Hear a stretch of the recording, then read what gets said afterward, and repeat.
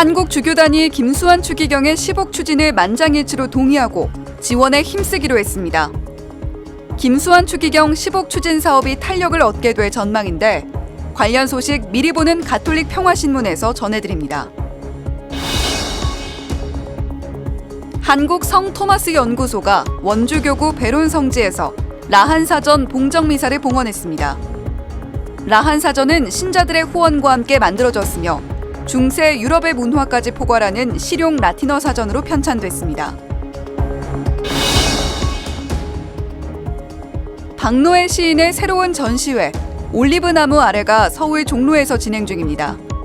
현재 무력 분쟁이 진행 중인 팔레스타인 등지에서 시인이 만난 올리브나무를 담은 전시로 수익금은 박노해 시인의 평화 나눔 활동에 쓰일 예정입니다.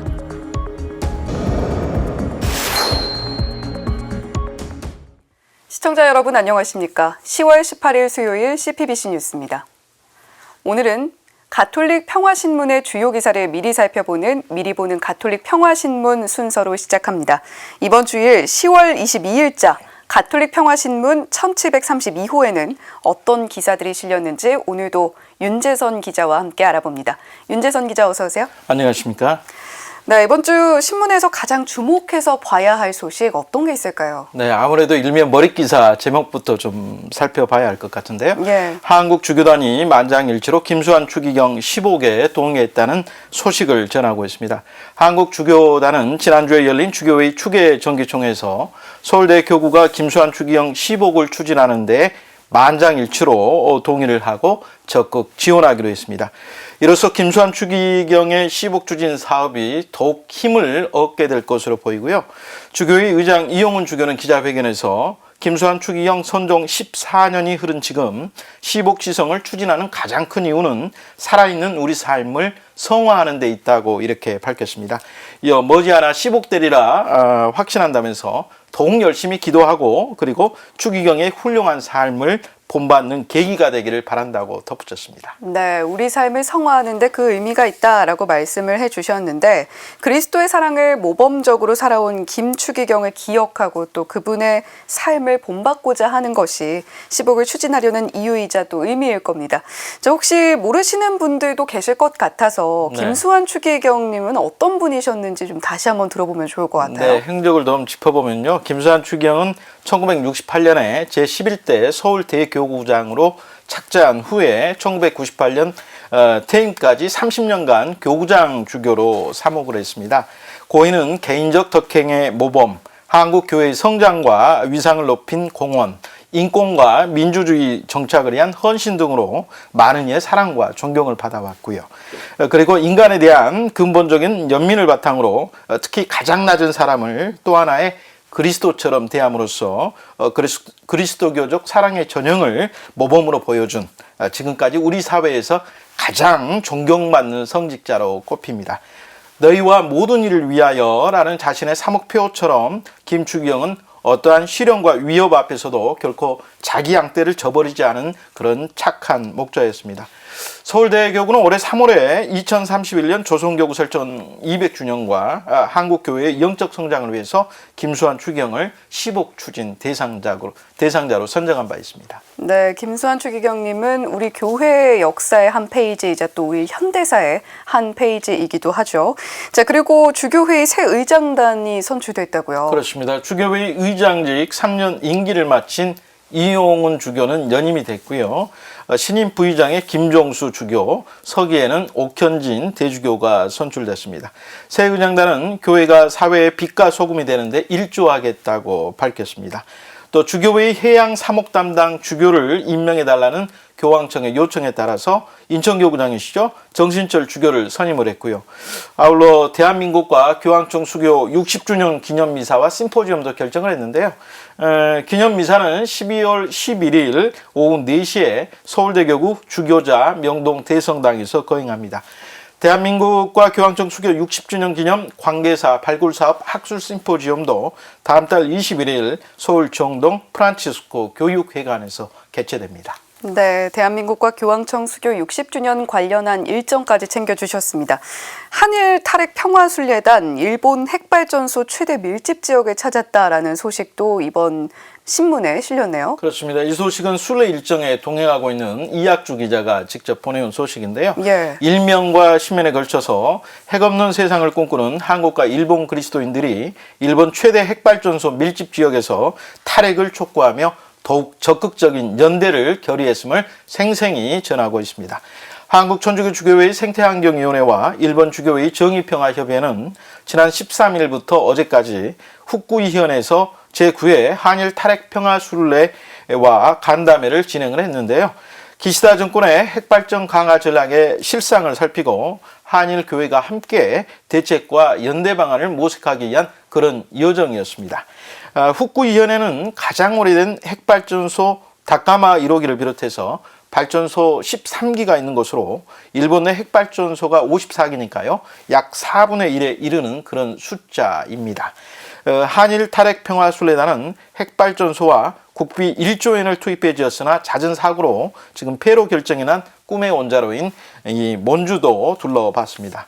아울러 순례단은 일본 현지에서 꾸준히 이 탈핵을 위해 헌신하는 운동가와 또 종교인도 만나서 이야기를 경청을 했고요.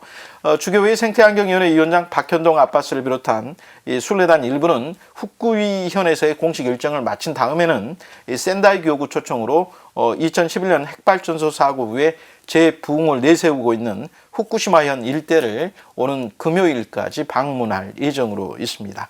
이 한일 탈핵 순례 취재차 동행하고 있는 이학주 기자가 귀국하면 다음 주 이 시간에 출연을 해서 보다 생생한 취재 뒷이야기를 전해드릴 예정입니다. 예, 저희 CPBC 기자도 지금 현지에 파견이 되어 있는 상황인데 다음 주에 또 이 시간 시청해 보시면서 어떤 내용들이 오갔는지 한번 체크해 보시면 좋을 것 같습니다. 자, 그리고 한국교회에서 시작된 평신도 생태 사도직 단체 하늘 땅 물벗 관련한 소식은 저희 뉴스에서도 보도를 해드린 바가 있는데 네. 제주교구 정식 단체로 출범을 했다고요. 그렇습니다. 이 소식은 6면 머릿 기사로 전하고 있는데요. 제주교구는 엊그제 교구장 문창우 주교 주례로 교구벗 창립 미사를 거행하고 하늘 땅 물벗을 교구 정식단체로 인준을 했습니다. 단체 이름이 틀랑벗이라고 하는 건데요. 네. 틀랑, 이게 제주에서 많이 자라는 산딸나무를 뜻하는 방언이라고 그러네요. 지난 2020년 중문본당을 시작으로 현재 7개 본당에 들어선 하늘 땅 물벗은 지금까지는 이 본당 벗으로만 이렇게 인준돼 오다가 이번에 교구 차원의 정식 인준 단체가 된 겁니다. 제주교구는 프란치스코 교황 회칙 찬미 받으소서 반포 이후에 생태환경 사목을 특수 사목이 아닌 교구 중심 사목으로 이렇게 선언하면서 매년 틀랑학교를 운영하고 여러 제주 현안에 대해서도 우려의 목소리를 꾸준히 내왔습니다. 네, 하늘 땅 물벗 이름도 참 예쁜데 제주교구에서는 틀랑벗이라는 이름으로 또 출범을 하게 됐다라는 이야기까지 전해주셨습니다. 이번 주 미리 보는 가톨릭 평화신문 윤재선 기자와 함께했습니다. 윤재선 기자, 이번 주도 고맙습니다. 감사합니다.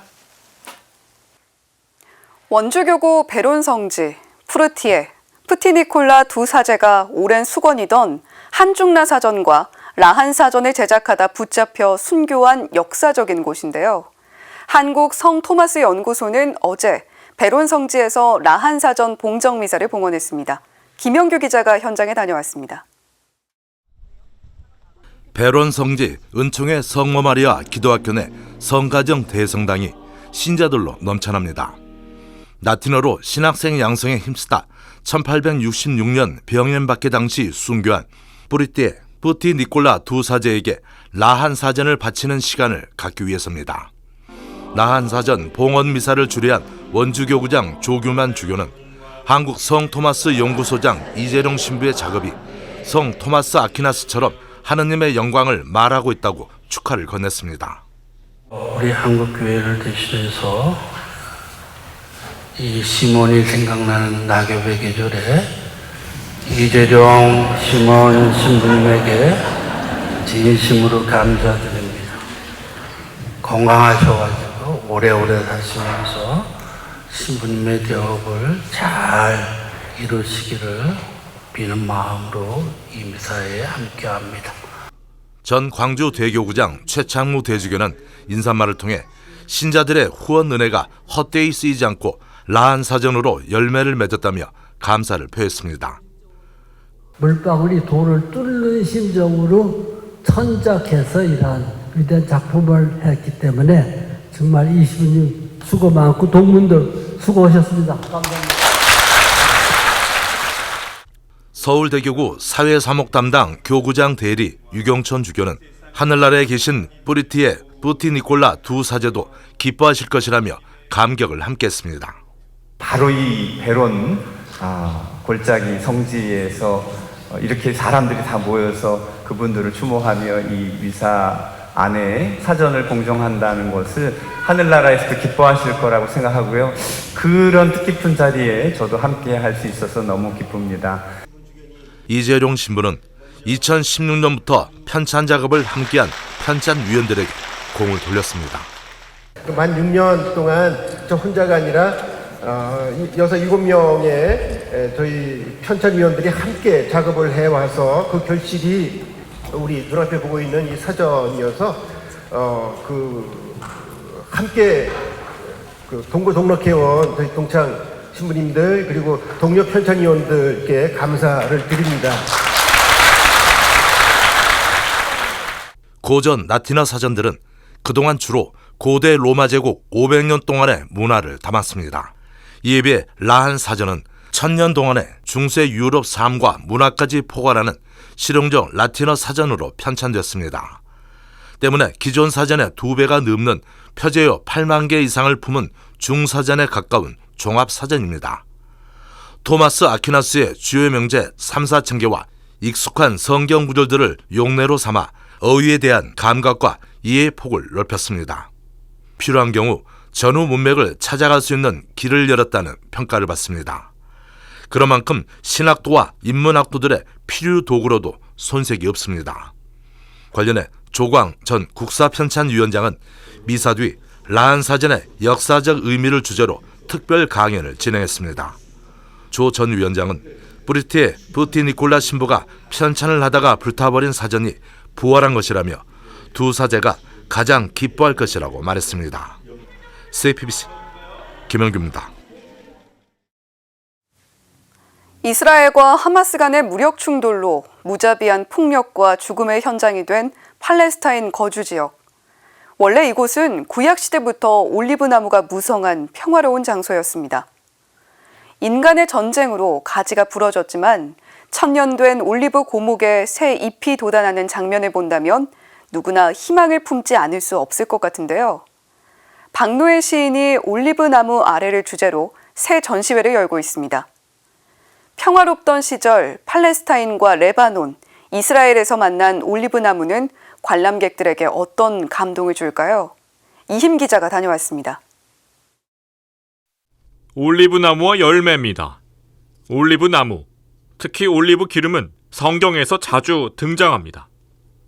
루카복음 10장에서는 착한 사마리아인의 비유에서 상처받은 이에게 포도주와 올리브 기름을 붓는 장면이 등장합니다. 술은 상처를 소독하고 올리브 기름은 고통을 덜어주는 역할을 하기 때문입니다. 박노해 가스파르 시인이 서울 종로구 자아문로 라카페 갤러리에서 새롭게 열고 있는 전시회는 올리브 나무가 주인공입니다. 주제는 올리브 나무 아래. 시인은 2005년부터 수년간 이스라엘과 팔레스타인, 요르단 등 성경시대부터 수천 년을 살아온 올리브 나무를 주목했습니다. 올리브 나무를 오래고도 한결같은 사랑, 그 자체로 여겼기 때문입니다. 오늘도 계속되고 있는 이스라엘과 팔레스타인, 그리고 인근 아랍 국가들의 분쟁으로 상처를 입기도 하지만 1000년을 살아온 올리브 나무는 부러진 가지에서도 새 잎을 피워냅니다. 전쟁이 끝난 뒤 전사자들의 묘지석 위에 올라가는 것도 올리브 가지입니다. 성경의 땅에서 올리브 나무는 그냥 나무가 아닙니다. 올리브 나무 사이를 걷는 농부의 모습에서 엿볼 수 있듯 선조로부터 대대로 물려받은 올리브 나무의 소출로 살아가는 이들이 대부분입니다. 성경의 땅에서 살아가는 이들에게 올리브 나무는 척박함 속에서도 최선을 다해 변함없이 열매를 맺는 변함없는 사랑의 상징입니다. 기득권자들의 탐욕과 이기심으로 가득 찬 세상에서도 이제 그것에 물들지 않고 본분을 다하고 있는 의인의 모습과 그 올리브 나무의 모습이 떠올랐습니다. 그리고 현재 또다시 반복되는 그 전쟁에서 절망으로 물들고 있는데 이번 전시의 사진을 보면서 나부터이라도 한 사람 한 사람이 그 올리브 나무의 존재가 된다면 황폐해진 세상은 결국 숲이 다시 될 것이라는 희망을 가지게 되었습니다. 전시회를 통해 성경의 땅에서 벌어지는 분쟁이 끝나 올리브 나무를 가꾸며 살던 평화가 찾아오길 희망하게 됩니다. 전시회 관람은 무료이며 사진작품 판매 수익금은 박노해 시인의 평화나눔 활동에 쓰입니다. 전시회는 내년 8월 말까지 라카페 갤러리에서 열립니다. CPBC 이심입니다. 이상으로 CPBC 뉴스를 마칩니다. 시청해주신 여러분 고맙습니다.